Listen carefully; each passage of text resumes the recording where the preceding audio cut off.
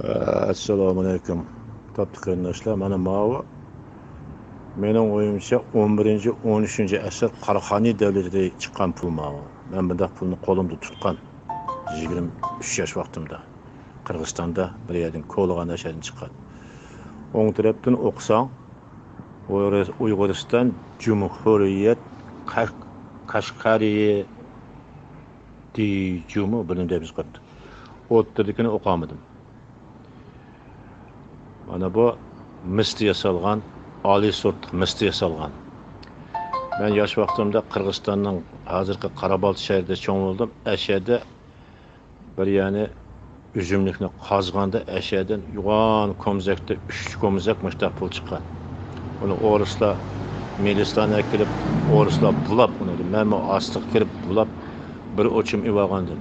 Oltin kedib uyga kelib uni tozalasak mushtaq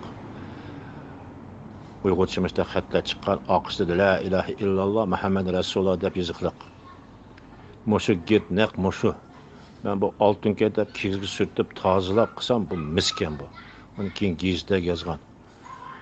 Mening demoqchi bo'lganim Turkiyadagi qarindoshlar Sharqiy Turkiston Türk deb ikki yig'iz so'zga aytib o'zimiz dushman debqicha Uyg'uriston bo'lmagan degan dutlarga mana Uyg'uriston degan puli chiqqan.